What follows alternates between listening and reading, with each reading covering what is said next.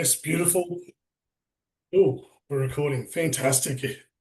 Welcome, everyone. Thank you so much for joining me. I know some of you already, you've obviously been in our online classes. So my name's Sean Carmody. I am Community Health Officer here at the Arthritis Movement.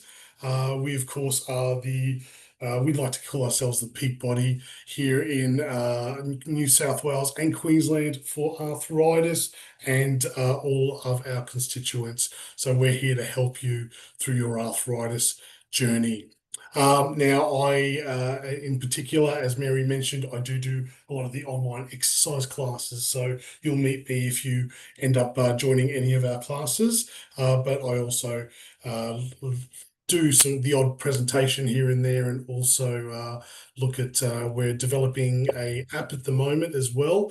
And I'm going to plug our current app. We've got an app that we at the moment have rolled out probably about a month ago. We've already got like 10,000 people have sort of downloaded it. It's called Clara. Please jump on it if you haven't already. This is your app for people with arthritis. So it was designed for you. It's basically you pick up your phone, you talk into it, you open the app, talk into it, and it'll spit out whatever answer that you wanted. But they're all qualified answers, obviously. It's taken from a whole range of authoritative sources, and it gives you some really, really, really clear insights into what you need. It is, I think Channel 9 did a news report on it recently, and they called it a doctor in your pocket. So there you go. Yes, yeah, Jude saw that one. It is a bit like that. It's fantastic. It really does help. So please download that as well. But today we're talking about strength training for arthritis. You can all see that on the slide. It's a webinar, and apparently it's June 2025 already, almost halfway through the year. We might go. Am I doing the slides, Mary? Can I go to the next slide? Where Yeah, do I go from there? sorry, Yeah, you probably can't see me because we have so many people in the room. But if I you don't just know. I found out where it is. That's cool. Excellent. Beautiful. Thanks, Mary. Everyone, before we get started, let's acknowledge the traditional owners of this land that we're here on. I'd like to pay respects to elders past and present and acknowledge the traditional owners of the lands on which I meet you today, the Ningi people of Redcliffe. Yes, it's a brag. I'm at Redcliffe. It's absolutely beautiful. I'm about 50 meters away from the waterfront, and it is blowing an absolute gale and it's freezing. I've actually got an oil heater down here because I knew I had to wear my arthritis shirt and I couldn't wear 1,000 layers like I usually do. But it is freezing, but it is beautiful here. If anyone wanted to shout out to their traditional landowners, you're more than welcome. I'll give a quick second. I know, Mary, do you know who your people are? Oh, you're muted. Sorry, Mary. oh, gotta go, people. The Gadigal people. Excellent. Anyone else? Oh, you're beautiful. Alex says the Ngunnawal people, country in Canberra. Fantastic. Excellent. I'll let all of you, if you don't know, please take your time to research it. It's always good to know. Beautiful, everyone. Sean, sorry, Sean, it's Leone. I'll just say, I'm on Gubby Gubby country, but I'm a Kamilaroi woman. So Oh, hello to everyone. Thank you. thanks so much, Leone. Great to see you. Thank you.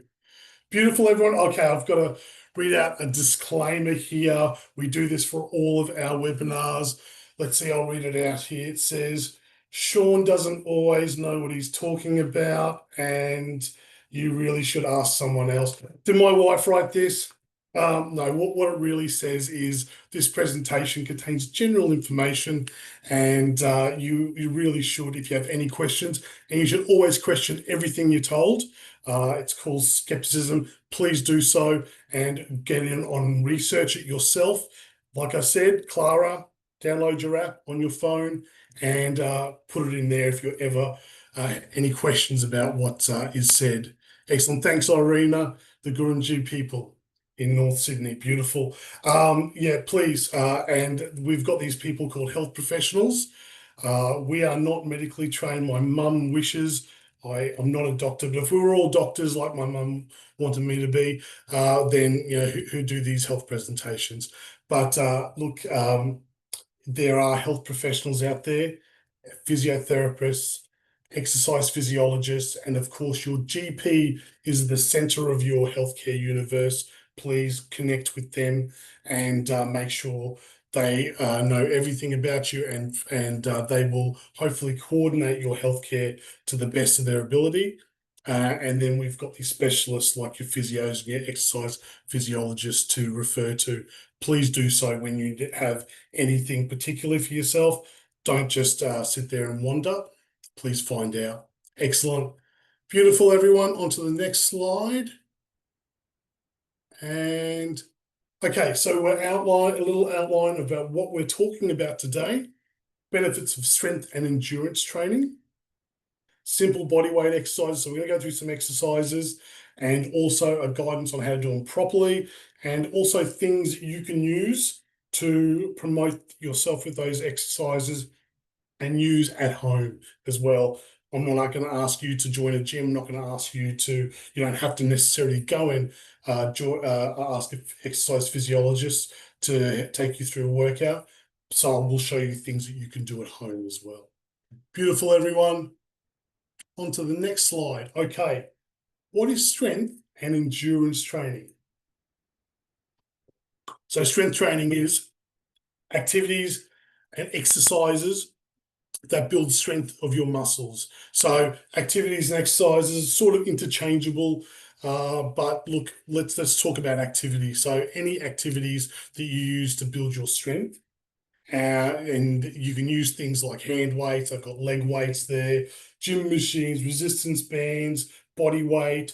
I'll go through a bit of that stuff later.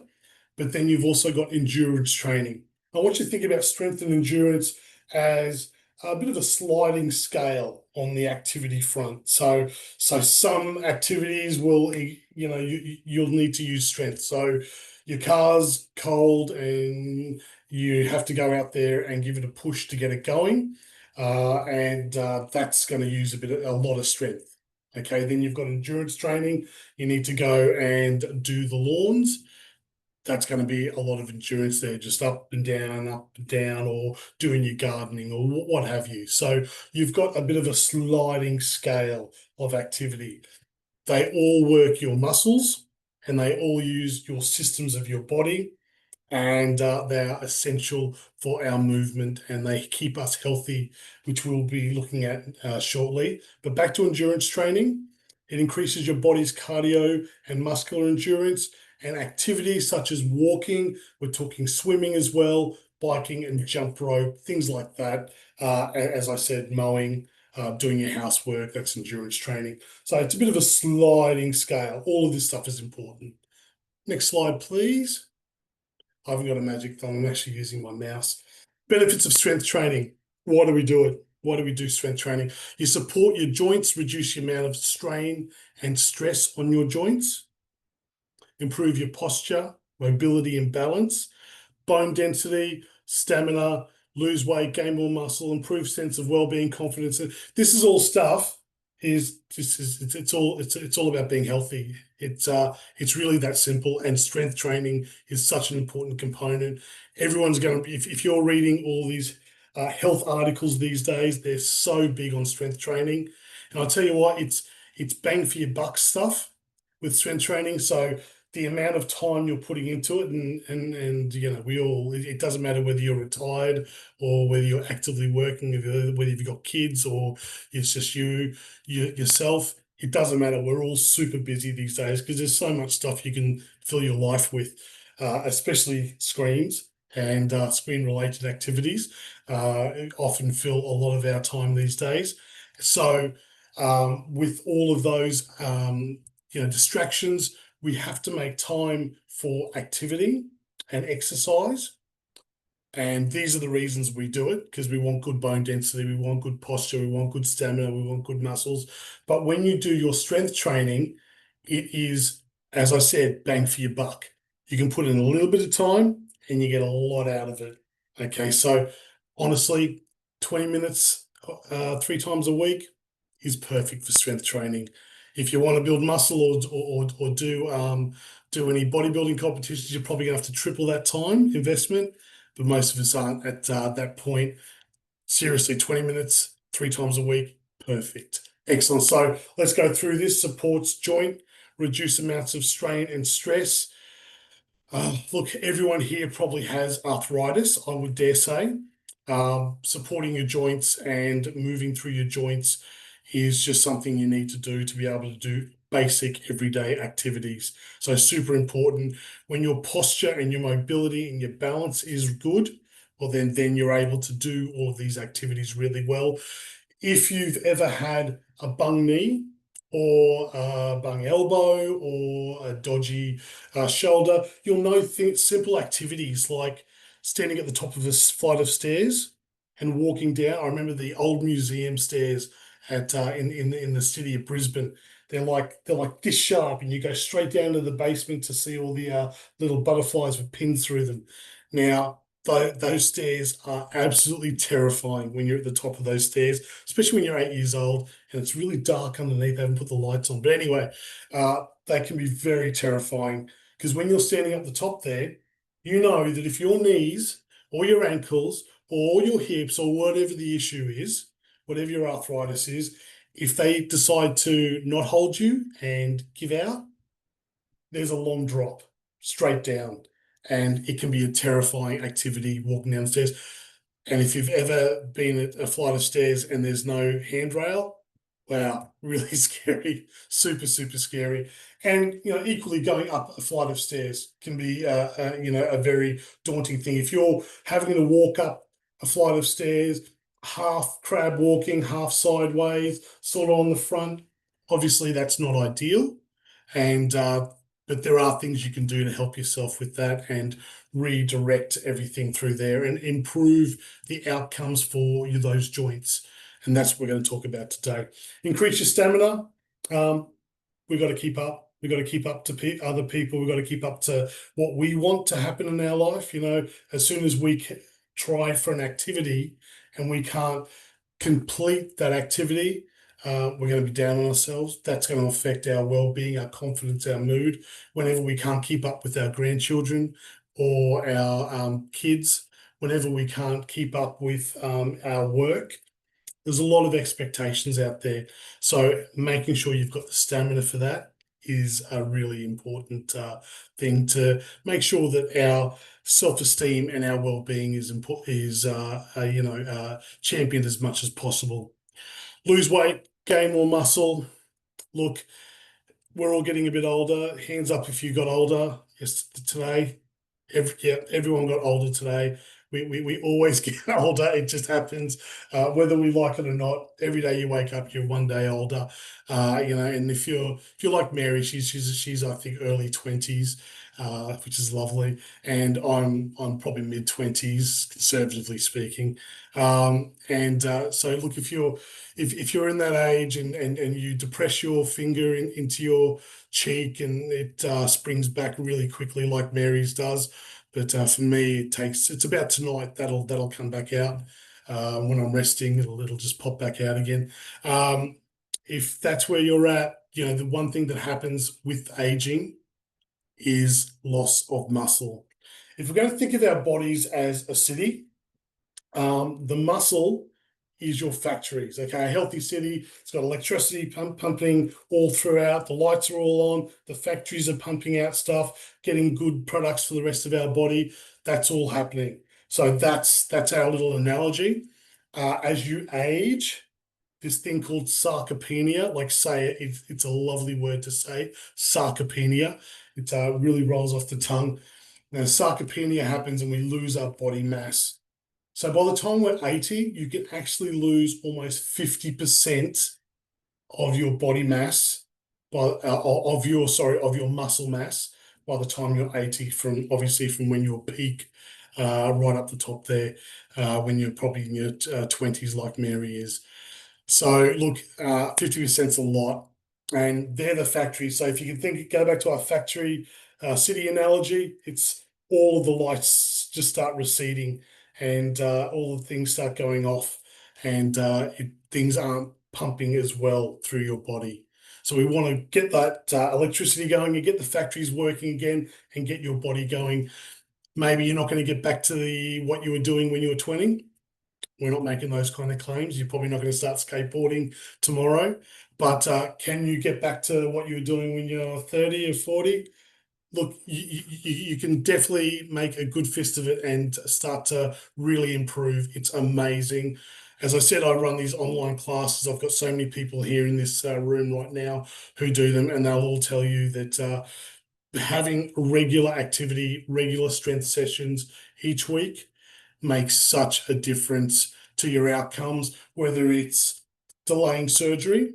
And I've had people tell me that straight away. They say, "Sure, I don't know if I'm going to go. I need to keep going to my rheumatologist. I'm not sure if I need to see them for my yearly checkup.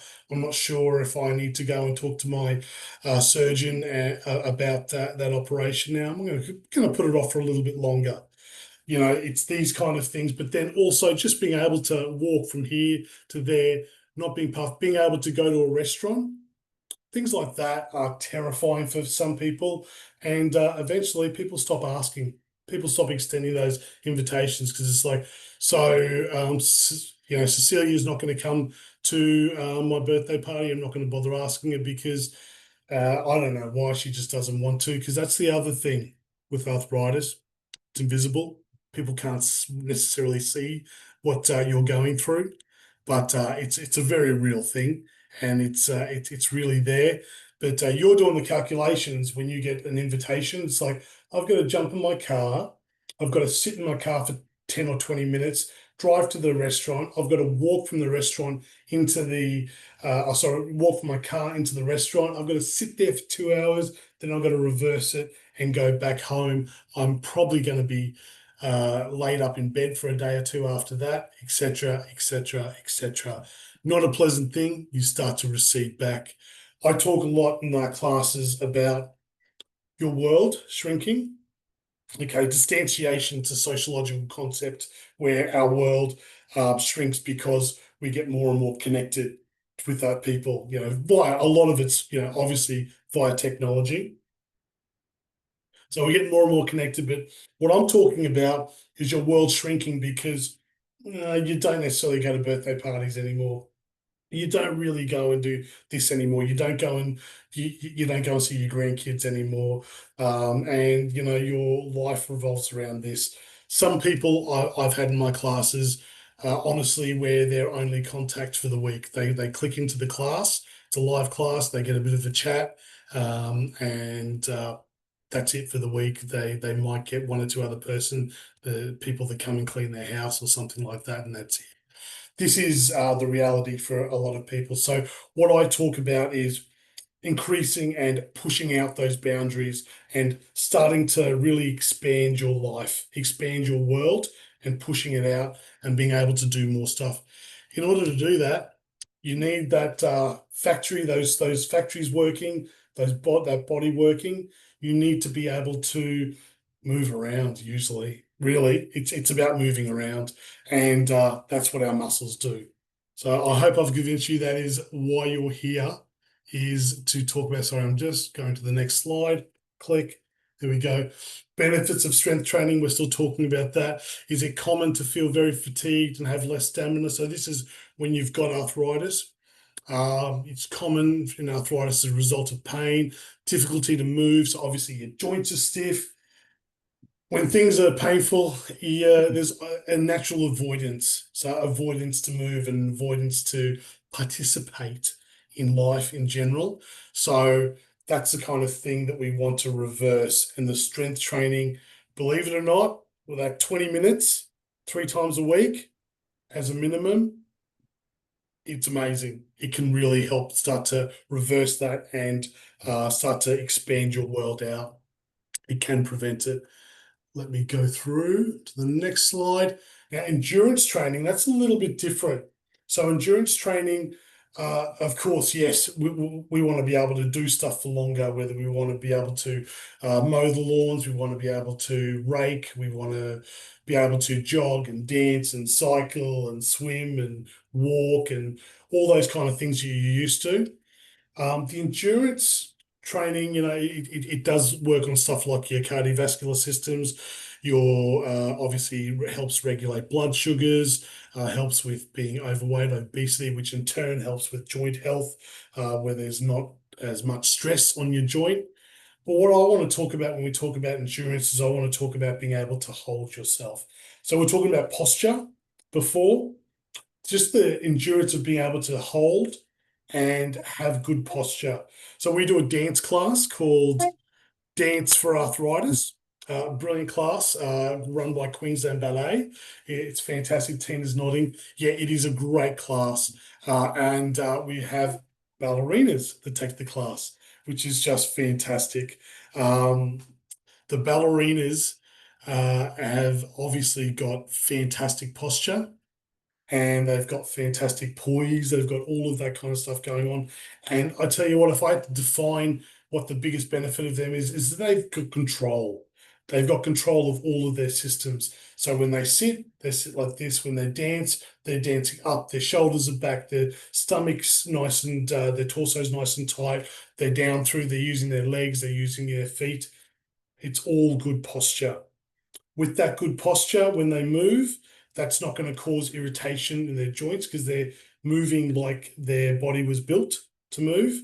Whereas if you don't have good posture, and especially if you've got arthritis and stuff, you might sort of carry your one shoulder like this a little bit more. The other shoulder might be up a little bit. So when you move like that, that brings in a bit of rub, a bit of irritation for those joints. So that exacerbates your arthritis. Whereas when you've got that great posture, you're able to keep it upright. Now, how do you hold that posture? You hold it by keeping yourself upright and working those muscles and training them to have that endurance to hold yourself. So we'll go through a little bit of that a bit later, but think about that. So your strength stuff, that's excellent, pushing your muscles, but endurance, they've actually got to hold themselves in a certain way as well. And look, yeah, go back to grade 3 with Mrs. Milburn, and she's like slap the desk and she'd be like, sit up, everyone sit up. And she was terrifying. She was really terrifying, so scary. But Mrs. Milburn always had us with really good posture at the desk. It makes a difference. It's not just about being scared. It makes a big difference to how you control yourself. So please think about that with endurance. Next slide, please. Click. Excellent. So we know that we need to be strong.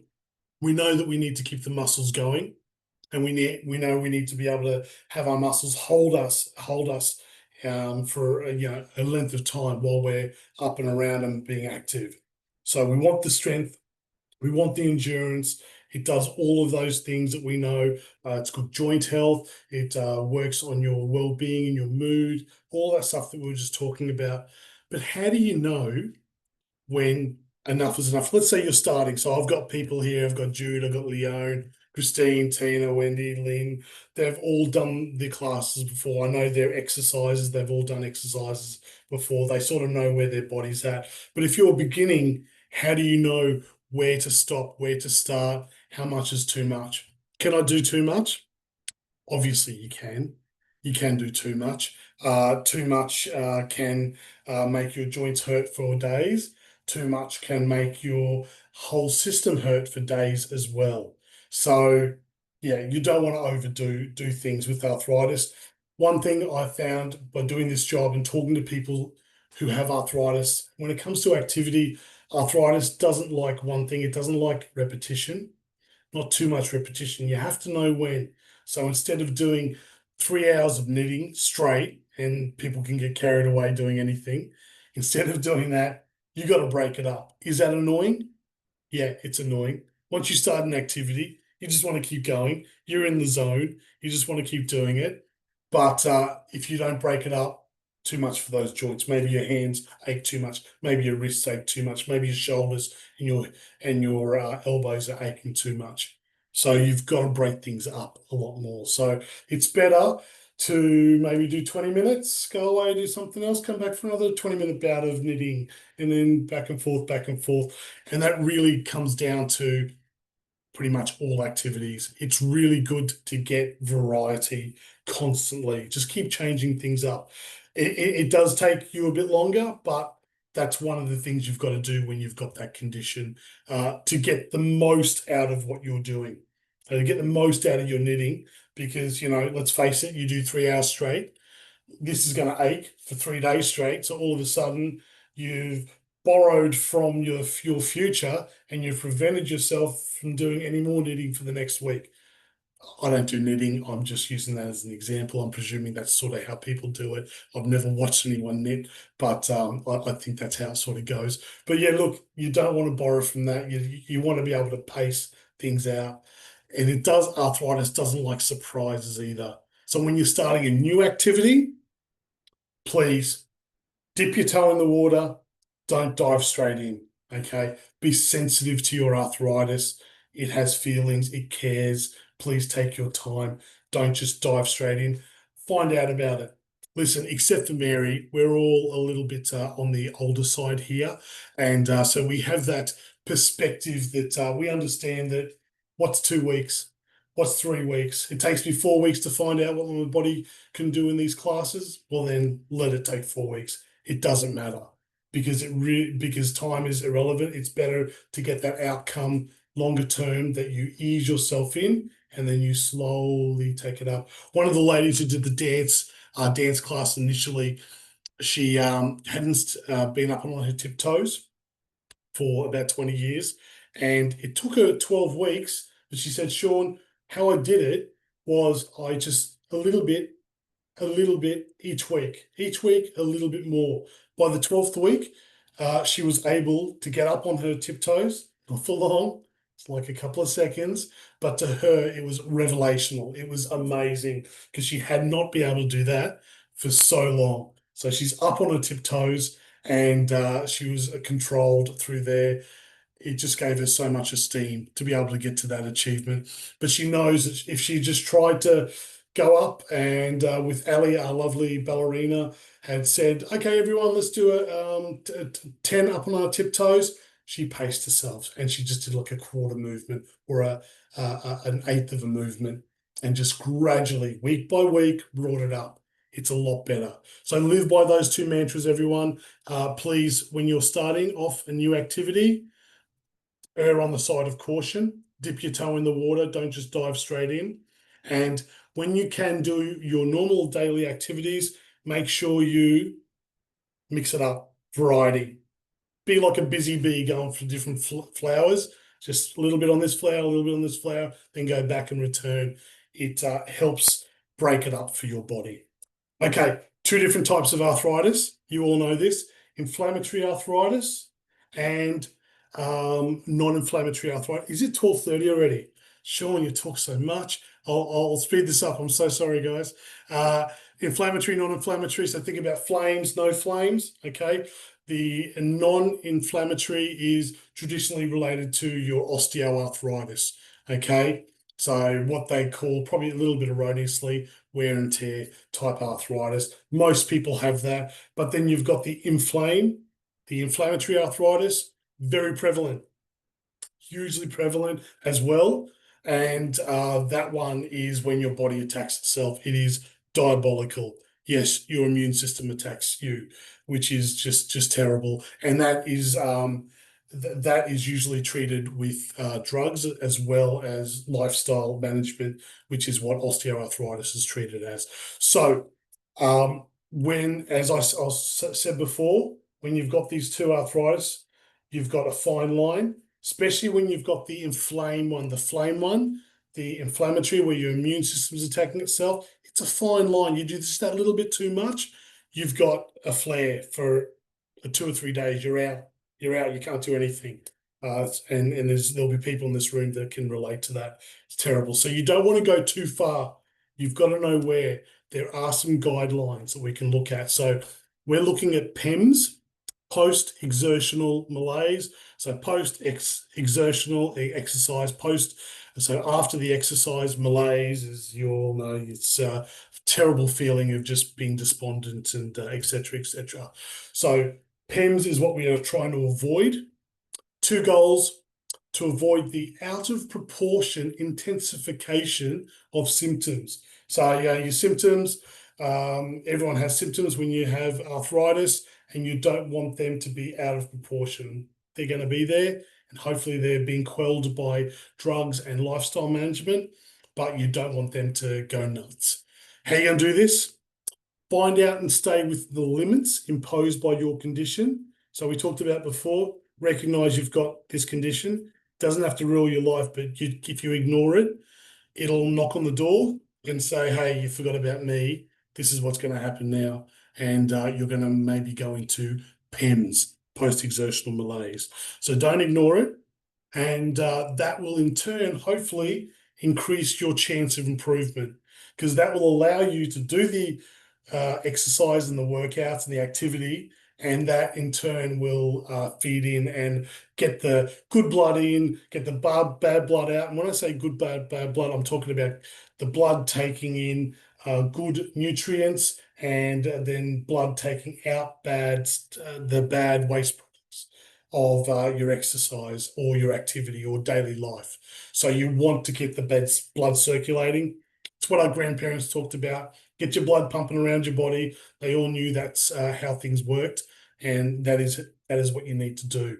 So you don't get to not work your joints. You have to work your joints. Okay, our bodies are very economical, and they will. We're not economical. Our brains aren't economical. We buy cars and we buy TVs and Temu stuff that we don't need all the time. But our bodies will go, oh, you haven't done that in a while. I could save some calories on that. So you probably don't need that muscle. I'll take that muscle back, and I'll take that adaptation back. It's very economical. So you need to convince it that it needs to keep all the lights on in your factories and keep everything pumping around. So you need to make sure that you're not overdoing your activity. So one way of doing this is having a look at your anaerobic threshold.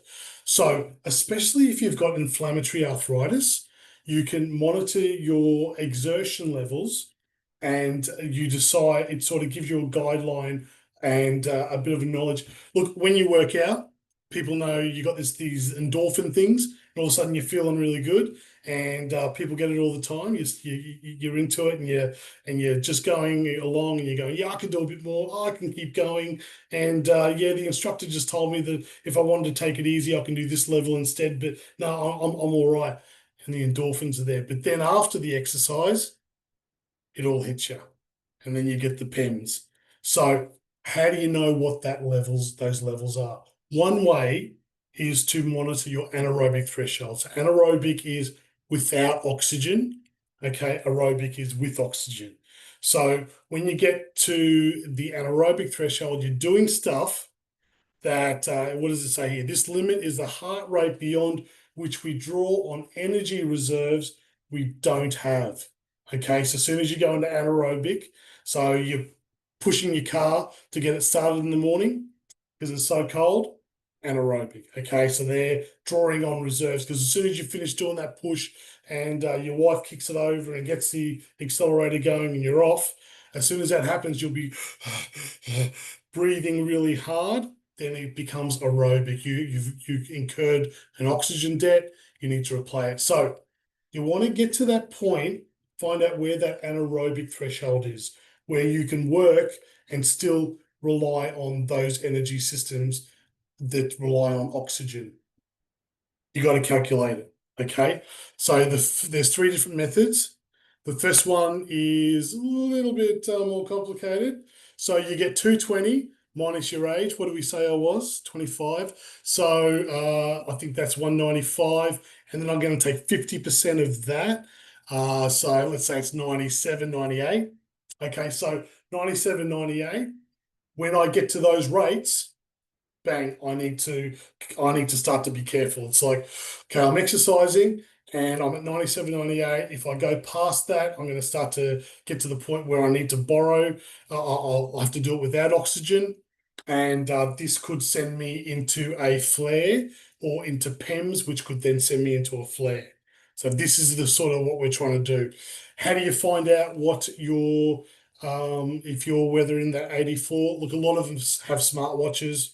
A lot of us have apps on our phone that can do heart rate, all that kind of stuff. If you don't have that stuff, it's radial pulse, okay, carotid pulse, YouTube it. There'll be little clips on YouTube that can show you that, so you can find out your pulse there.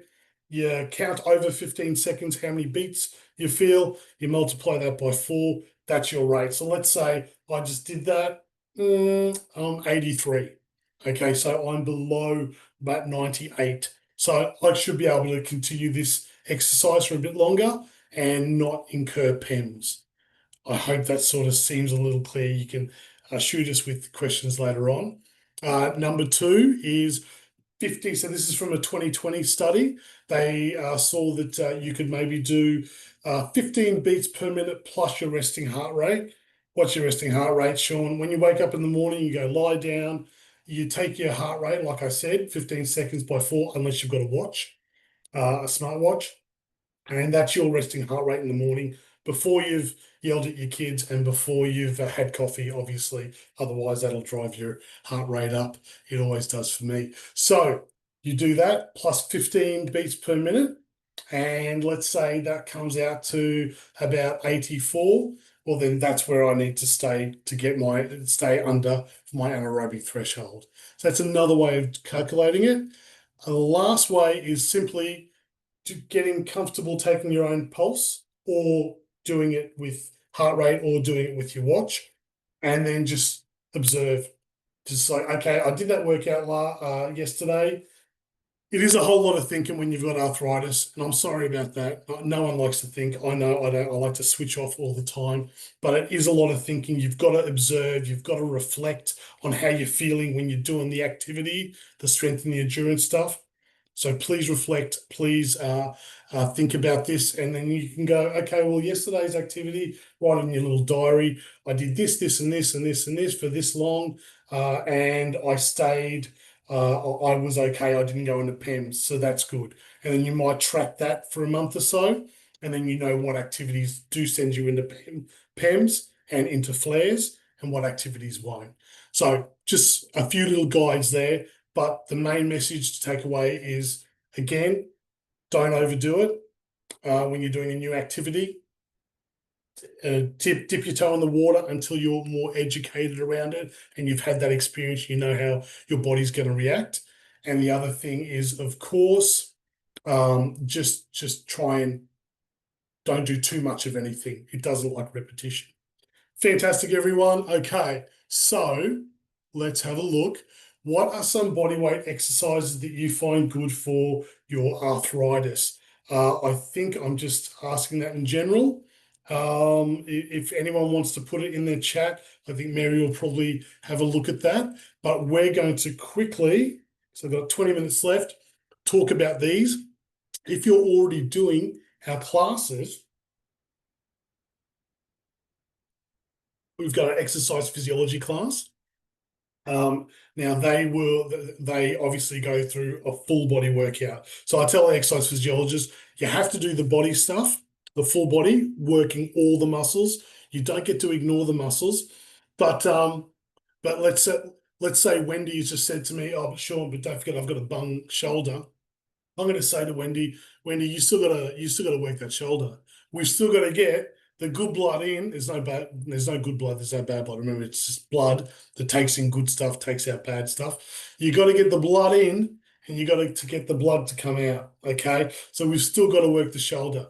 She's got to find out what she can do. So maybe she can do this. Maybe she can do this. Maybe she can just do this. This is where she's at. But whatever she can do, she can then ask remember I said before, you ask the professionals, the exercise physiologists. There's an exercise physiologist in charge of this class I'm talking about. So you ask them and they just tell you, okay, no worries, Wendy, well, I'm going to get you to do this. Everyone else, you do this. So they can alter what you need to do. But she's still got to work that joint. You still got to do it. You got to get that blood in around your whole body. So in our classes, you do full body workouts. You work all the big muscle groups. Okay, so now the big muscle groups are obviously we got lower limb, upper limb. That's really simple. Okay, really simple to separate that out. The big joints that we talk about, obviously, are ankles. They're pretty important. I always say hand arthritis and foot arthritis. A lot of people sometimes are a bit embarrassed to say they've got that because it sounds like such a trivial thing. But I tell you what, they are they're our physical interface to our entire world and to our physical world. So they are so important. And when you've got arthritis in those areas, can be quite annoying. So look, your hand, so you've got your hands, wrist joints, and then you've got your ankles. So that's lower limb and upper limb. Then you come in a little bit further, you've got elbows and you've got knees, obviously the big joints. And then you've got your big one, which is your hip joint. That is hip joint, and then also your shoulders as well. So there are big muscle groups. So you've got to make sure you've worked right through all those big joints. The most basic one, the most basic exercise is, let's call her Lorna. Lorna here on the screen is doing a squat. Okay, it's a sit to stand. It's like sitting to standing up. Why is it important? Obviously, it's important because you have friends that love to get new couches and you go over to their house and like you've done yourself up, you're wearing lovely makeup and beautiful frock.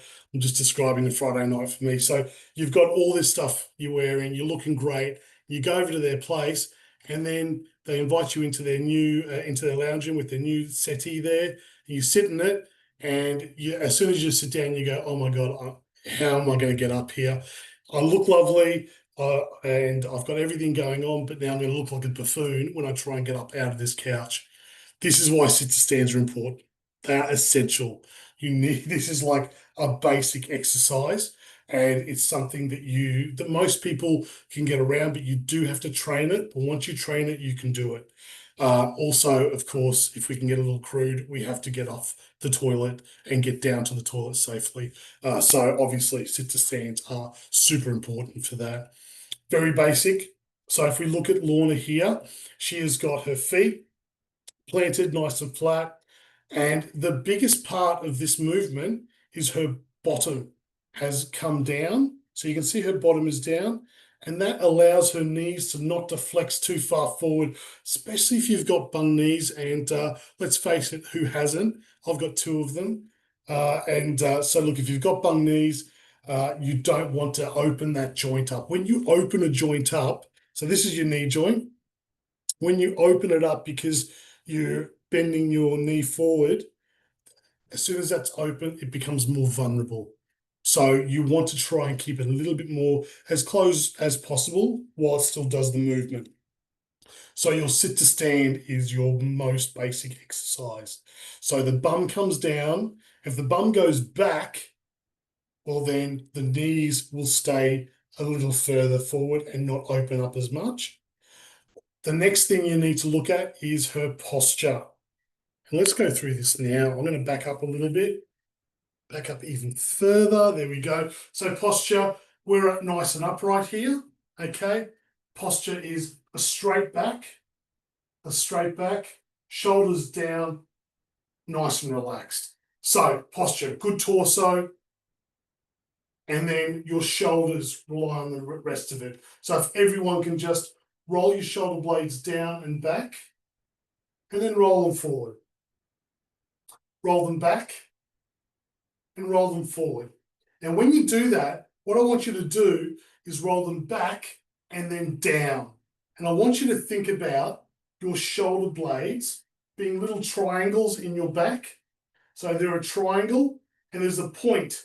The point of your shoulder blades is right in your back. So pretend this is my back, and they go straight down and together. So you're here, you roll back, and that draws them down and in. And you can see the space between my ears and my shoulders is greater. So rather than just having it like this and going back, I relax it down, and then I go back. And I feel my shoulder blades squeeze together in my back. Can you feel that? That's what you're after.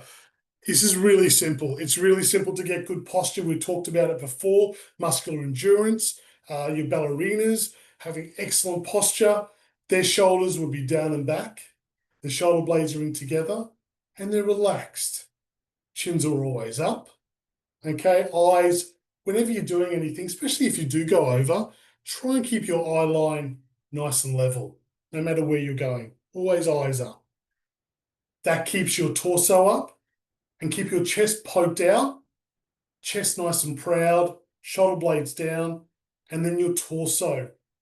When we're sitting in a chair, and we're all sitting down at the moment, I think, except for Jeanette. Good on you, Jeanette, standing up watching. Fantastic. That's great. We should be doing more standing as well. So if you're sitting in your chair, I want you to push your lower back into your backrest. Now that might distend your belly a little. That's good. That's all right. That's fine. But push your lower back into the chair and keep it nice and keep that contact in there. Now do that whilst your shoulder blades go back and down and in your back. So your belly is, it might be distended a little bit, but your lower back is pushed in and your shoulder blades are down.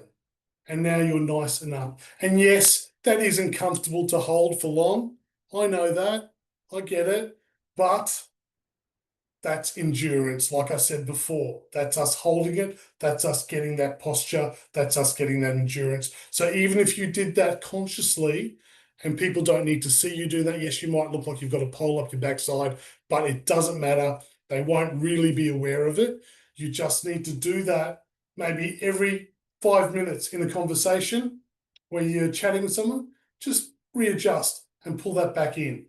What's your lower half doing while you're sitting here? Because let's face it, a lot of our day is spent sitting. Feet are flat where you can, please. Feet are flat where you can. And if your heels are roughly under your knees, have a look now. Are your feet roughly, your heels sort of roughly under your knees? Excellent. And your buttocks, probably pull them in a little bit. So if you're going to go through and readjust your posture and hold it for 2 minutes in your conversation, these are your key points here.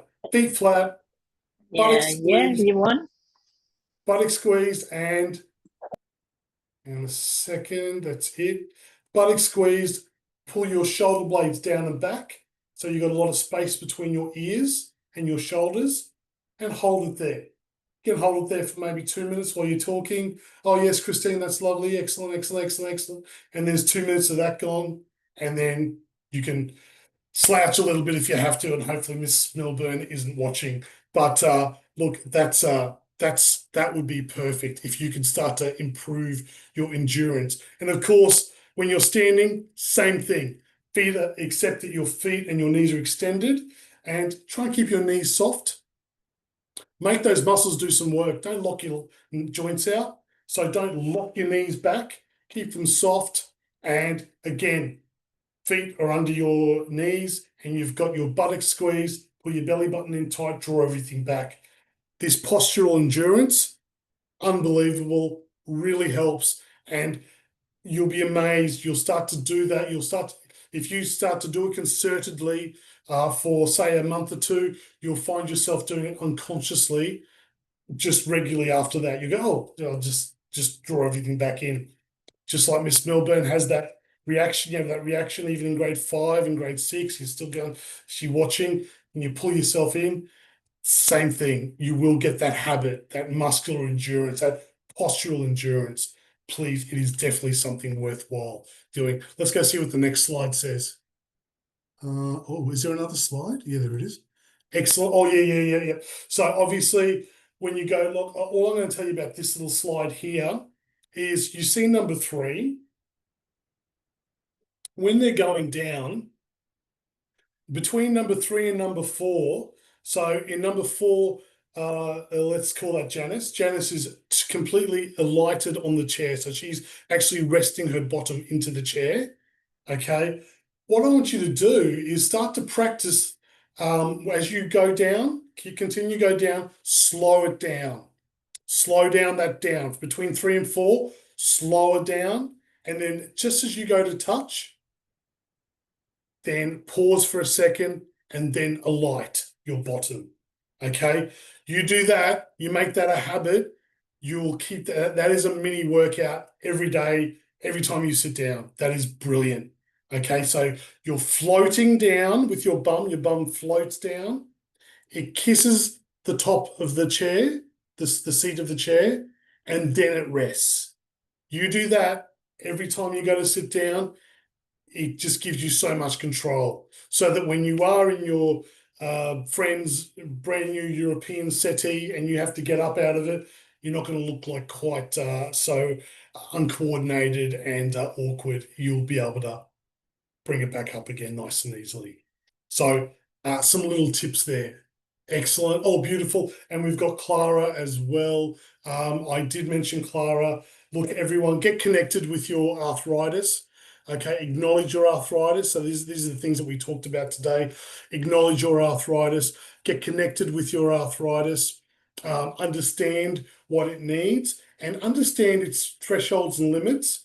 But with the proviso that you don't get to slack off, you don't get to not move. If you want to don't move, you're encouraging your body to not move, and you know what happens when the lights go off in the factories and they're not producing good stuff. You get all the opposite to the benefits that we have. You don't want that. You want to be able to push your world out. You want to be able to increase what's happening in your world and increase your strength. So look, World Health Organization tells us 3 to 4 sessions of this muscular and this strength endurance. It's a minimum. So it's 150 minutes. Let's break it down. 3 to 4 sessions of anywhere between 30 to 60 minutes a week. Maybe 5 sessions, maybe 6 sessions a week. Maybe you have maybe you go 7 sessions and it's more gentle. Why do you keep climbing, Sean? Why do you keep climbing? Why do you keep asking more? The World Health Organization informs our governments, and the governments inform our health bodies, and health bodies like us inform you. They say this because that's a minimum. 150 minutes, that is a minimum. They want you to do more than that. And that, I think, is a direct appraisal of where we're at as a society. We are very inured in these things that you're looking at right now, the screen, and we spend a lot of time sedentary and not being active. So they haven't said, oh, 150 minutes a week, that'll do it. They've said of moderate to vigorous activity, I should say. They've actually said, no, you actually need, that's your minimum. Please do more. That would be great, but that's a minimum. So if you're not achieving that, what did I say at the beginning? You need to talk to health professionals. You need to talk to us. We obviously specialize in this stuff as well, and we offer services that help you with this. But you need to talk to someone. If you're here, you've probably got arthritis, and I tell you what, this is the number one. Activity and exercise is your number one management for arthritis. Of course, if you've got inflammatory arthritis, as we said before, you're probably going to have to take some drugs, but you need to do both lifestyle management, and which is exercise activity, and the drugs. So this really is essential. You need to be doing this stuff, and that's sort of your guidelines.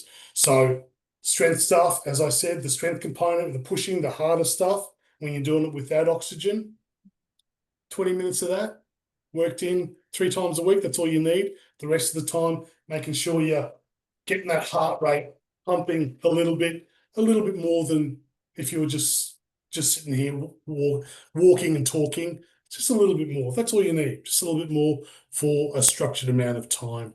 But also, we're doing this app I did tell you. We're developing another app that's going to help you do all that stuff outside of that 150 minutes or whatever structured exercise you do, because there's unstructured exercise. So when you're not doing the structured stuff, like you're walking, you're jogging, your sports you might play or other activities, when you're not doing that, if you're sitting around on your laptop or on your computer or on your phone for hours on end, which is very easy to do, we all know that. All of a sudden you look up and it's dark outside. It happens all the time. If you're doing too much of that, that's also, they're starting to, associate that with reduced life expectancy as well, which sounds terrible, but it's sort of a factor. We need to be more active throughout. So we're developing an app to help us with that as well. But if you haven't got the Clara app, that should be a minimum. You should have that on there. Honestly, it's just just really fantastic.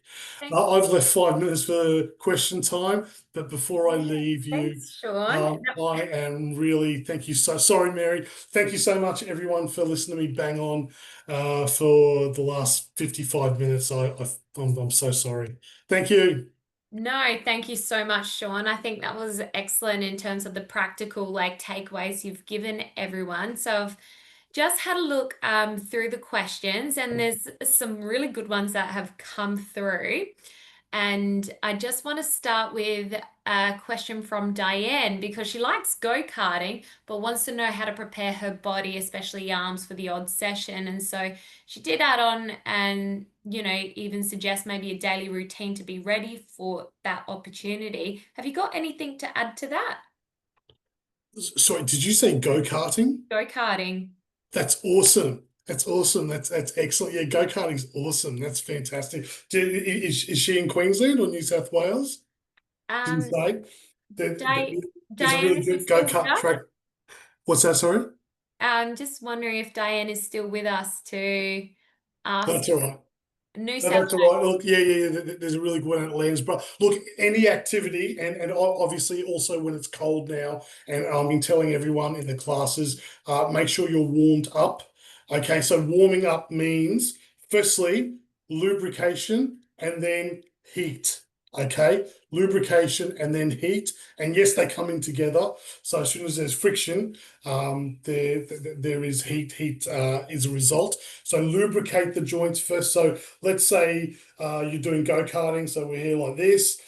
So you do some snow angels, you do some wrist work through here, okay, and then you will do some gentle movement through the elbow. So we're lubricating at the moment, okay, lubricating through here. So there's the shoulder, there's the elbow, there's the wrist, there's your fingers, got the lubrication, and then maybe you want to do a bit of heat through there as well. So the heat might be just a quicker movement, okay, really simple. So this is like for your go-karting, and I'd probably also work on neck and your upper back as well, rotate through there, and maybe your feet as well. So yeah, and look, while I'm talking about this, if you've got hand arthritis, before you get up in the morning, even before you jumped out of bed, you should be squeezing. You should be moving your feet. These are my feet. Pretend these are my feet.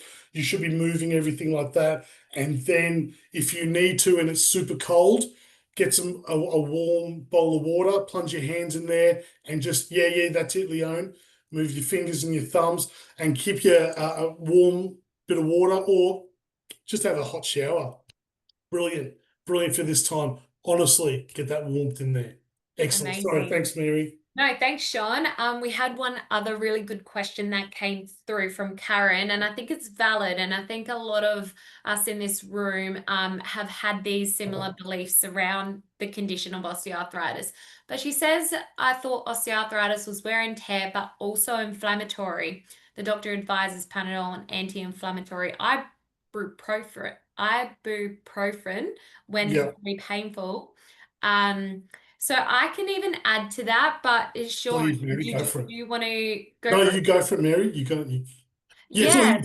it's both. It's yeah. I mean, there's definitely inflammation when you have osteoarthritis as well. Sorry, Mary, I'll let you continue. No, to that point, I think this is a long-standing narrative about this disease, that it's wear and tear. But with osteoarthritis, it's really important that it's not just a disease of that cartilage, that it's easy to associate wear and tear with the wearing of the cartilage, but it's a disease that infects your entire joint. So cartilage, the bones, your tendons, your ligaments, the fluid, your muscles are affected by this disease as well. And some physios will even say they've never seen an osteoarthritic knee joint with supported by sufficient muscle mass. So when you have osteoarthritis, it's not just wearing of the cartilage.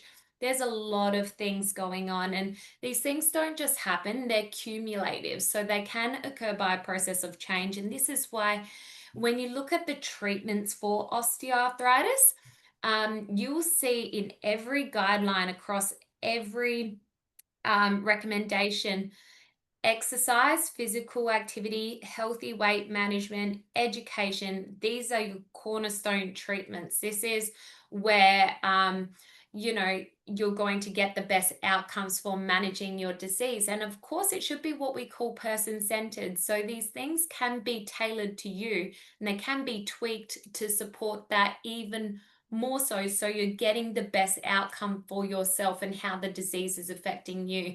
So if you are someone who does have low muscle mass and you need to work on strengthening that, it will start with actually removing that belief about the disease of wear and tear, and looking at increasing that muscle mass, increasing that strength training, because we have data that suggests that's a very effective you know, plan of management for your disease. Do you have anything to add to that, Sean?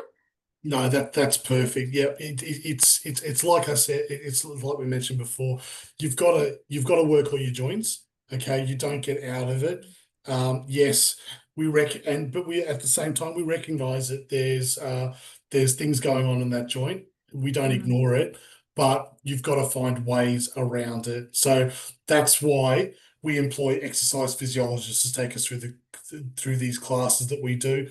They've had 4 years at uni. They've learned all the stuff that physiotherapists so they have an understanding of the arthritic joint, and they just go, well, yeah, well, let's just do this instead. Try this, and they'll find a way to gently broach in there and just work it gradually up. You've just got to find ways of doing it. I know my mum had a frozen shoulder. Some people will be have heard of that before. Basically, your shoulder does this. That's your movement in your shoulder. And the physio, very practical fellow. He got my dad to rig up a pulley system out in their carport with a string and a handle, and basically her good arm pulled. She held onto these two handles. Her good arm pulled her other arm up through there. So by doing that, she started to work it through there. And at that point, she's getting help through that joint to move it, but it's starting to free up through there. And it really did work. It's quite effective, but it just shows you that if you start to get that movement through there, it will be encouraged. It's amazing what your body can adapt to. Is it going to be uncomfortable? Yeah. So I had another exercise physiologist who said it's all right to have a bit of discomfort, but we don't want pain. Okay. So remember that, everyone. You don't want pain, but it's okay to have a little bit of discomfort. So she was acknowledging the fact that there's something going on in your joint. Okay. You've got osteoarthritis and you've got some arthritis in there. And so you're going to get a bit of discomfort, but if that turns into pain, let me know. But before that, if it's a little bit of discomfort, yeah, you got to expect it, and it's just going to happen. That's the way it is, and we're going to work and find the best way to still work that joint without tipping over into that point of pain. So what we talked about today, there's all sliding scales and there's ways to monitor that.